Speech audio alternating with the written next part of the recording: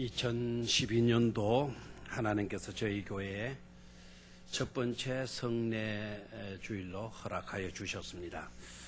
3부 예배에 참석한 여러분들, 주님께서 제정하신 성례 주일을 통하여서 충만한 은혜를 받으시고 여러분의 삶 가운데 기쁨이 충만할 수 있기를 주의 이름으로 축원합니다.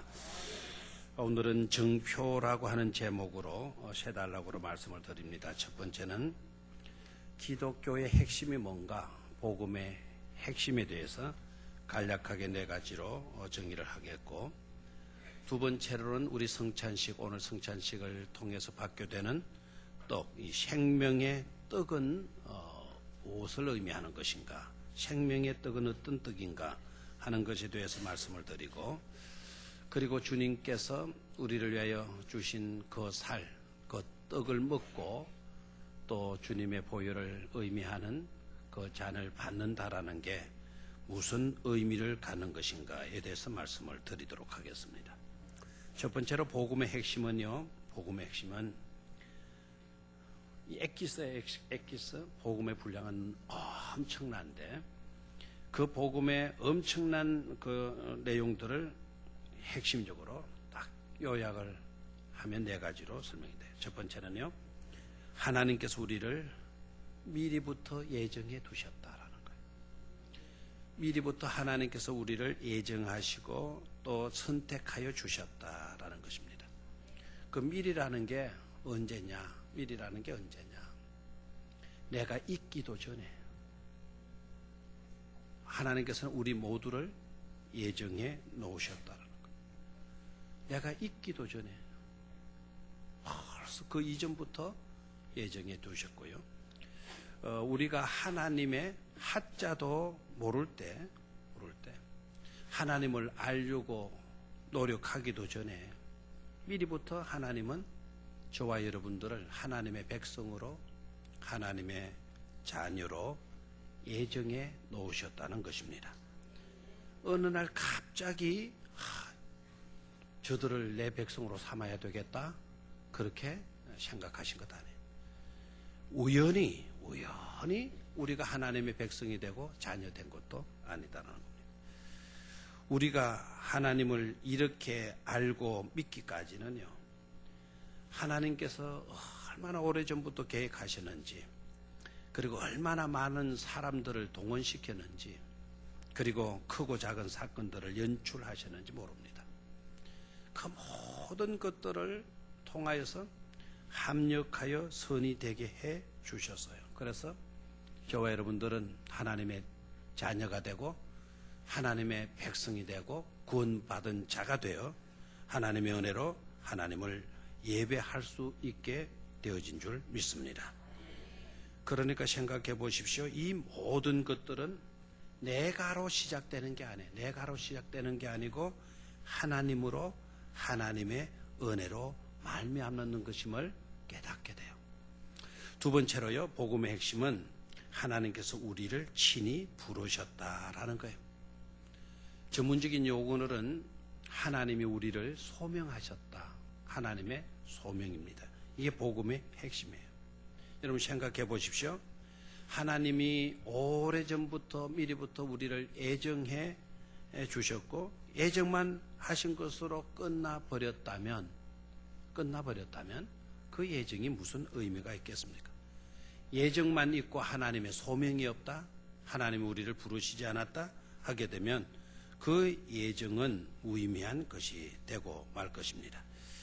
하나님께서는 창세 전부터 저와 여러분들을 예정해 주셨고, 그리고 저와 여러분들을 우리들의 특성에 맞게, 우리의 체질에 맞게 저와 여러분들을 불러주셨다라는 사실이죠. 갈대우르에 살던 아브라함을 불러주심으로 아브라함은 믿음의 조상이 될 수가 있었고요.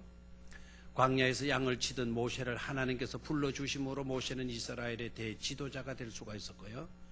밭을 갈고 소를 몰던 그 엘리사 같은 사람도 하나님께서 불러주셨기에 유능한 하나님의 선지자가 되어줄 수가 있었고, 고기잡이 하던 베드로를 우리 주님께서 찾아가 주셔서 그를 불러주심으로 베드로는 주님을 따르는 사도가 되어진 것입니다. 여기에서 우리가 간과해서는 안 될 중요한 사실은 그들이 대단해서 믿음의 조상이 되고 그들이 대단해서 민족의 지도자가 되고 그들이 대단해서 선지자가 되고 그들이 대단해서 주님의 사도가 되어진 것이 아니다라는 점이에요. 그들이 대단해서라기보다는 그들을 부르신 분이 전능하시고 위대하시기 때문인 줄 믿습니다. 하나님이 부르시면 아무도 피할 수가 없어요. 하나님이 부르시면 그 누구도 거절할 수가 없어요. 거절하면 손해예요. 부르심을 피하면 그 사람은 비극적인 사람이 되고 말아요. 하나님이 부르실 때 순종하게 되면 복받는 백성이 되고 하나님의 자녀가 되는 권세를 얻게 되는 거죠. 그래서 이와 같은 은혜를 깔뱅은 불가항력적 은혜다 그랬어요.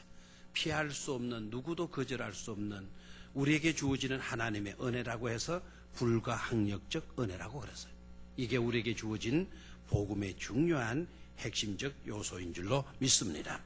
세 번째로 복음의 핵심은 하나님께서 죽을 수밖에 없는 저와 여러분들 죄인을 의롭게 해 주셨다라고 하는 것이 복음의 핵심입니다. 여러분, 이것도 너무나도 중요한 은혜가 아닐 수가 없어요. 하나님께서 오래전부터 우리를 예정해 놓으셨다. 그리고 하나님께서 우리를 불러주셨다. 실로 말할 수 없는 은혜인데, 불가항력적인 은혜를 우리에게 주셨는데, 그런데 거기에 멈추고 만다고 한다면 그것만으로는 부족해요. 아무리 우리를 예정해 주셨다고 해도, 아무리 우리를 불러주셨다고 해도 우리의 죄를 하나님께서 용서해 주시지 않으셨다고 한다면, 죄인을 의롭게 해 주시지 않았다고 한다면 그 모든 것들은 다 별 의미가 없는 것이 되고 마는 것이죠. 그래서 하나님께서 예정하신 우리들을 하나님께서 불러주시고 불가항력적인 은혜를 우리에게 주실 뿐만 아니라 우리의 모든 죄를 용서해 주시는 줄로 믿습니다. 독생자 예수 그리스도를 십자가에 못 박게 하신 것도 저와 여러분들의 죄값을 치르게 하시기 위함 아니었습니까? 모든 죄를 용서해 주시기 위해서 독생자가 이 땅에 오셔서 십자가에 물 한 방울 피 한 방울도 남기지 아니하시고 다 쏟아 주셨어요. 이유가 뭡니까? 예정하는 것으로 끝나서는 안 되고 소명하는 것으로 끝나서도 의미가 없기 때문에 저와 여러분들을 의롭게 만들어 주시기 위해서 하나님께서는 그렇게 해 주신 줄로 믿습니다. 그래서 깔뱅은 이 세 번째 은혜를 필성불패의 은혜라 이렇게 정의를 하고 있어요. 한번 따라 하십시오. 필성불패의 은혜다. 반드시 승리만 있고 패함이 없다라는 거예요. 이 말은 무슨 말인가 하니까 우리의 죄가 어떠하든지 간에 어떠한 죄를 지었든지 간에 또 우리의 죄의 양이 얼마이든지 간에 상관하지 않고 그 모든 죄에서 저와 여러분들을 깨끗하게 의롭게 만들어주시는 필성불패의 하나님이시다라는 거예요. 그 일에 대해서 절대로 실패함이 없는 하나님이시라는 거예요. 얼마나 감사해요. 저와 여러분들이 어떠한 죄를 지었든지 간에 얼마만큼 많은 죄를 지었든지 간에 우리가 십자가를 믿고 그 삶의 축을 주님께로 옮기기만 하면 하나님께서는 반드시 의롭게 만들어 주시는 것입니다. 얼마나 감사한 일인지 몰라요? 또한 복음의 핵심의 중요한 또 하나의 내용은 하나님께서 영화롭게 해 주셨다라는 것입니다. 한번 따라 하십시오. 하나님께서 영화롭게 해 주셨다. 자, 예정하시고 불러주시고 의롭게 만들어주시고 그것으로 또 끝났다. 그러면은 남들보다는 좀 나은 점은 있을 수 있어도 그것 가지고도 역시 부족해요. 중요한 것은 영원토록 하나님과 함께 복락을 누릴 수 있는 영광스러운 존재로 우리가 거듭나고 세움을 입는다라는 건 너무도 중요한 거예요. 근데 놀라운 것은 복음의 그 사실을 우리에게 밝혀주고 있어요. 하나님께서 저와 여러분들을 영화롭게 해주신다라고 말씀입니다. 예정하시고 불러주시고 그리고 의롭게 하셨을 뿐만 아니라 영원토록 하나님과 더불어 영광스러운 삶을 누릴 수 있도록 영생 복락을 누릴 수 있도록 하나님은 우리를 위해서 해 주셨다라는 거예요. 그게 바로 우리에게 주어진 놀라운 복음의 내용인 것입니다. 자, 그러면 이 모든 것에 대한 정표가 뭐냐라는 것이죠. 정표가 뭐냐? 이 정표라는 게 굉장히 중요한데요. 경찰관에게도 정표가 있어요. 군인 장교들에게도 정표가 있어요. 청와대를 출입하는 기자들에게도 출입증이 있어야 돼요. 그것 달고 들어가면 타치 안 받아요. 그것 안 달면 누구라도 들어갈 수가 없어요. 경찰들에게 주어지는 정표는 경찰복이에요. 경찰복. 그게 정표고요. 경찰들이 달고 다니는 그 경찰 마크뿐만 아니라 경찰의 계급장, 그런 것들이 그 사람의 신분을 나타내 보이는 중요한 정표가 되죠. 군대 장교들도 마찬가지예요. 군대 장교들도 제가 관계했던 그 별자리 투스타와 제가 조금 가까이 지냈습니다. 그분은 저한테 상을 주신 분이기도 하시고 아주 가까이 지내셨는데, 이분의 특징은 뭔가 하니까 어디로 가든지 뭘 하든지 자기의 계급장을 붙이고 다니더라고요. 모자를 늘 쓰고 어깨 위에 별 마크를 항상 달고 다녀요. 한 번은 이분이 군대 교회에 들어오셨어요. 그래 돌아오셨는데 돌아오셔서도 모자를 안 벗고 있는 거예요. 그래서 듣고 한데 모자를 좀 벗으시죠. 그랬더니 안 벗는 거예요. 그래 왜 안 벗느냐? 나는 이 모자와 늘 같이 있어야 된다고. 그래 자기가 별 2개니까 그 소장 아닙니까? 소장이라는 나타내 보이는 거예요. 그런 교회는 하나님의 집이에요. 사단장님이 아무리 투스타라도 하나님 더 높으신 분입니다. 듣고 하시니까 그거 좀 벗으시라고. 그러니까 이분이 떡 벗더니 모자를 어디 좀 의자 위에 얹어놓을 수도 있겠는데 우리는 아무리 휙 던져놓고도 그러잖아요. 근데 이분은 딱 벗더니 그 모자를 자기의 겨드랑이에 탁 끼고 이렇게 다니는 거예요. 밥 먹을 때도 이렇게 하고 있고 뭐 그래요. 왜 그런가 생각했더니요, 자기가 장교라는 거, 사단장이라고 하는 정표가 되기 때문에 이게 있어야 자기가 권위가 선다라는 거예요. 권위가 선다. 여러분, 경찰에게도 장교에게도 청와대를 출입하는 기자들에게도 그런 정표가 주어졌다고 한다면 독생자 예수로 말미암아 구원받은 우리들, 의롭게 인침을 받은 우리들, 하나님께서 오래전부터 예정하시고 우리를 불러주시고 그리고 의롭게 하여 주시고 영원한 생명까지 안겨주시고 영화로운 존재로, 영광스러운 존재로 우리를 만들어 주셨는데 아무런 정표를 주시지 않았을까요? 눈에 보이는 정표를 주시지 않을 까닭은 하나도 없는 줄로 믿습니다. 그러면 그 정표가 뭔가 하는 것이죠. 그 정표가 한마디로 말하면 성만찬이라고 하는 것입니다. 뭐라고요? 우리에게 주어지는 뭐라고요? 성만찬. 바로 이것이 내가 영원한 생명을 얻은 영화로운 존재가 되었다라는 것을 가시적인 것으로 눈에 보이는 정표로 우리에게 주신 것입니다. 예수님의 몸이신 떡을 떼고 예수님의 피이신 잔을 나누는 성찬 예식이야말로 저와 여러분들이 영원한 생명을 얻어서 하나님의 영원한 축복된 자녀가 되었음을 보여주는 불변의 가시적인 정표인 것임을 깨닫기를 축원합니다. 자, 그렇다면 이 성찬 예식에서 가시적인 정표가 되는, 불변의 가시적인 정표가 되는 이 성찬에서 우리가 받게 되는 떡, 그 떡을 가리켜서 생명의 떡이라 그러는데 그 생명의 떡은 무엇을 의미하는 것인가 하는 것입니다. 육적인 삶을 유지하는 데 있어서 중요한 것은 떡이에요. 떡. 육신의 생명을 유지하려고 하면 떡을 먹지 아니하고서는 육신의 생명을 유지해 갈 수가 없잖아요. 그와 마찬가지로 영적인 생명을 가진 자에게도 중요한 것은 무엇보다도 영적인 생명이 늘 소성할 수 있도록 예수님으로부터 영적인 양식을 공급받지 않으면 안 된다는 점입니다. 그러면 그 영적 양식은 바로 뭘까요? 그 영적 양식은 성경은 우리에게 분명히 밝혀주시고 계세요. 예수님도 분명히 말씀을 하셨어요. 영적 그 양식은 곧 예수님 자신이라고 말합니다. 그래서 오늘 본문 말씀에 이렇게 나와 있잖아요. 내가 참 생명의 떡이로다 말씀하라고 했어요. 내가 참 생명의 뭐라고요? 떡이로다. 다시 한번 내가 참 생명의 떡이로다. 참 양식이라 그랬고 참 음료라고 그랬어요.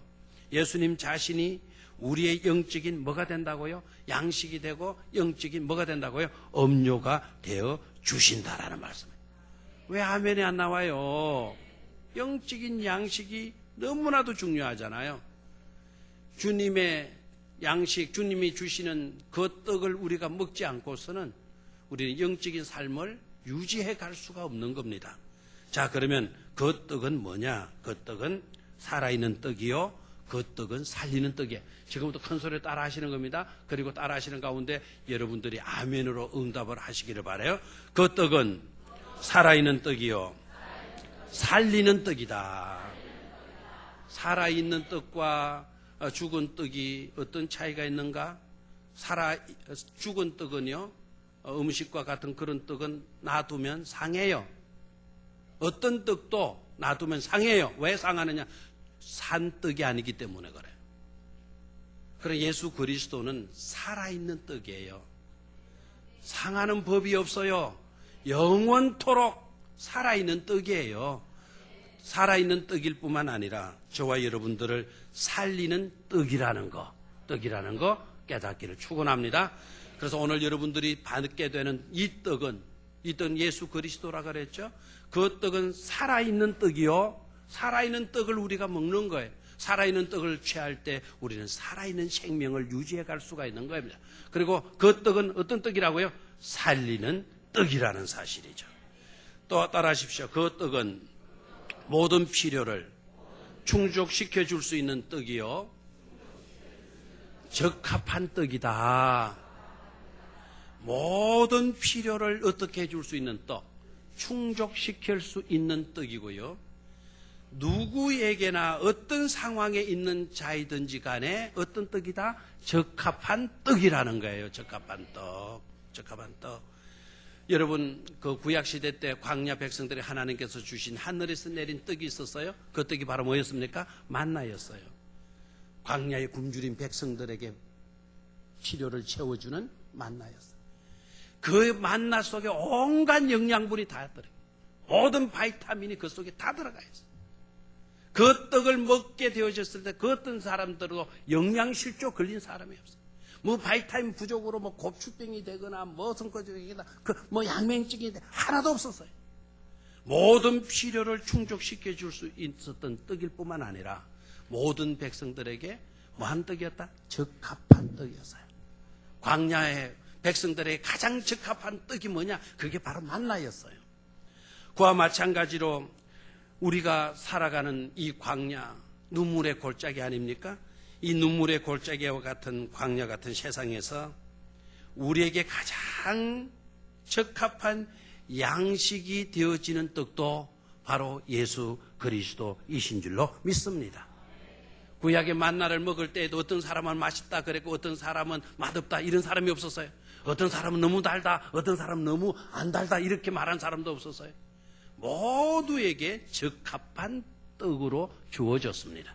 예수 그리스도에는 이런 문제를 당한 사람은 이런 문제로, 저런 문제를 당한 사람은 저렇게 모든 사람들에게 뭐한 떡이다? 적합한 떡이고 계시는 줄로 믿습니다. 우는 자에게 눈물을 닦아줄 수 있는 떡일 뿐만 아니라 문제를 가진 자에게는 그 문제를 해결해 주실 수 있는 그런 떡이 바로 예수 그리스도가 되시는 것이죠. 이것이 바로 복음인 줄로 믿습니다. 복음은 빈손의 죄인들에게 그리스도의 전부를 제공해 주셨어요. 그게 바로 복음의 중요한 내용이에요. 땅의 용서뿐만 아니라 하늘의 복까지도 주셨고요. 아무것도 그것도 대가를 치르게 하시지 않고 그저 받을 수 있는 복으로 우리에게 주신 줄로 믿습니다. 그래서 은혜고요. 그래서 우리에게 주어진 복음인 줄로 믿습니다. 그 떡을 먹지 않는 자는 죽은 자요 그 떡을 먹는 자는 복된 자인 줄로 믿습니다. 오늘 이 성찬에 참여하는 여러분들이야말로 이 세상에서 가장 어떤 자라고요?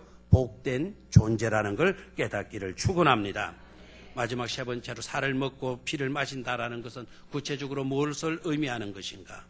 그것은 첫 번째로 그리스도의 실제를 내가 믿고 받아들인다라는 거예요.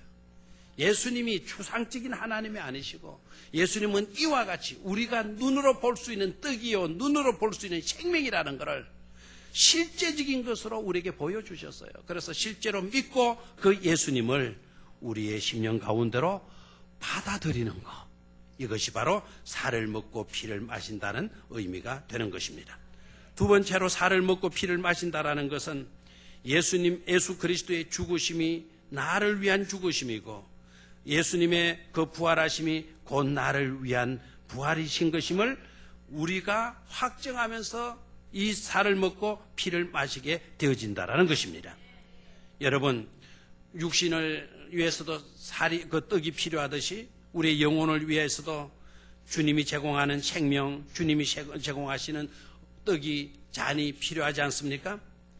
그와 같이 우리 몸에서도 양식이 필요하듯이 내 영혼의 삶에도 주님 없이는 안 된다. 주님이 나에게 꼭 필요한 분이시다라고 하는 인식을 갖게 하는 것이 바로 성탄인 것임을 깨달아야 됩니다. 그래서 성찬을 받으실 때 주님 아니면 난 못 삽니다. 이 떡 아니면 난 못 삽니다. 이 피 아니면 내 죄 용서 받을 수가 없습니다. 그러기에 주님은 나에게 없어서는 안 되는 너무나도 소중한 분이십니다. 그런 고백을 가지시고 떡과 잔에 참여해야 될 줄로 믿습니다. 세 번째로 살을 먹고 피를 마신다라는 것은 바로 그 예수님의 그 살로 내가 살고 그 피로 내 모든 죄악이 다 씻겨지고 용서되어서 하나님과 나는 이제 화목되었다. 하나님과 화목되었다라고 하는 인식을 가지고 성찬에 참여하게 되어지는 겁니다. 왜냐하면 주님께서 십자가의 죽으심으로 하나님과 원수되었던 우리들이 다 뭐하게 되었습니까? 화목하게 되어졌으니까 말입니다. 끝으로 살을 먹고 피를 마신다라는 것은 그 떡이, 그 잔이, 그 피가 내 몸에 흡수가 되고 그래서 그것이 내 몸에 체질화 되어지는 것을 의미하는 것입니다. 우리가 채소를 먹으면 채소 체질이 되잖아요. 고기를 많이 먹으면 고기 체질이 되잖아요. 그래서 아토피 걸린 사람들에게 의사들이 공통적으로 하시는 말씀이 뭐죠? 음식을 바꿔라. 음식을 바꾸어서 뭐를 바꿔라? 체질을 바꾸도록 해라 라고 말씀하잖아요. 여러분, 음식을 뭘 먹느냐에 따라서 내 체질이 바뀌어요. 우리가 주님이 주시는 떡을 먹고 주님이 주시는 잔을 우리가 받게 되어지고 그 피를 우리가 먹게 되게 되면 예수의 생명으로 우리의 체질이 바뀌어질 수 있다라는 사실이죠. 그래서 썩을 것이 신령한 것으로, 부정한 것이 깨끗한 것으로, 병든 것이 온전한 것으로 치유되는 역사가 일어나게 되는 줄로 믿습니다. 이 모든 것을 확인해주고 보장해주는 것이 바로 가시적인 정표로 우리에게 주어진 것이 바로 뭐냐? 이 성찬인 겁니다. 이 성찬에 참여함으로써 이런 은혜가 충만할 수 있기를 주의 이름으로 축원합니다. 하나님 아버지, 이번 성찬을 통해서 우리 모두에게 성찬을 통하여 우리에게 주시고자 하시는 충만한 은혜로 새롭게 하여 주시옵소서. 주 예수 그리스도의 이름으로 기도드립니다. 아멘.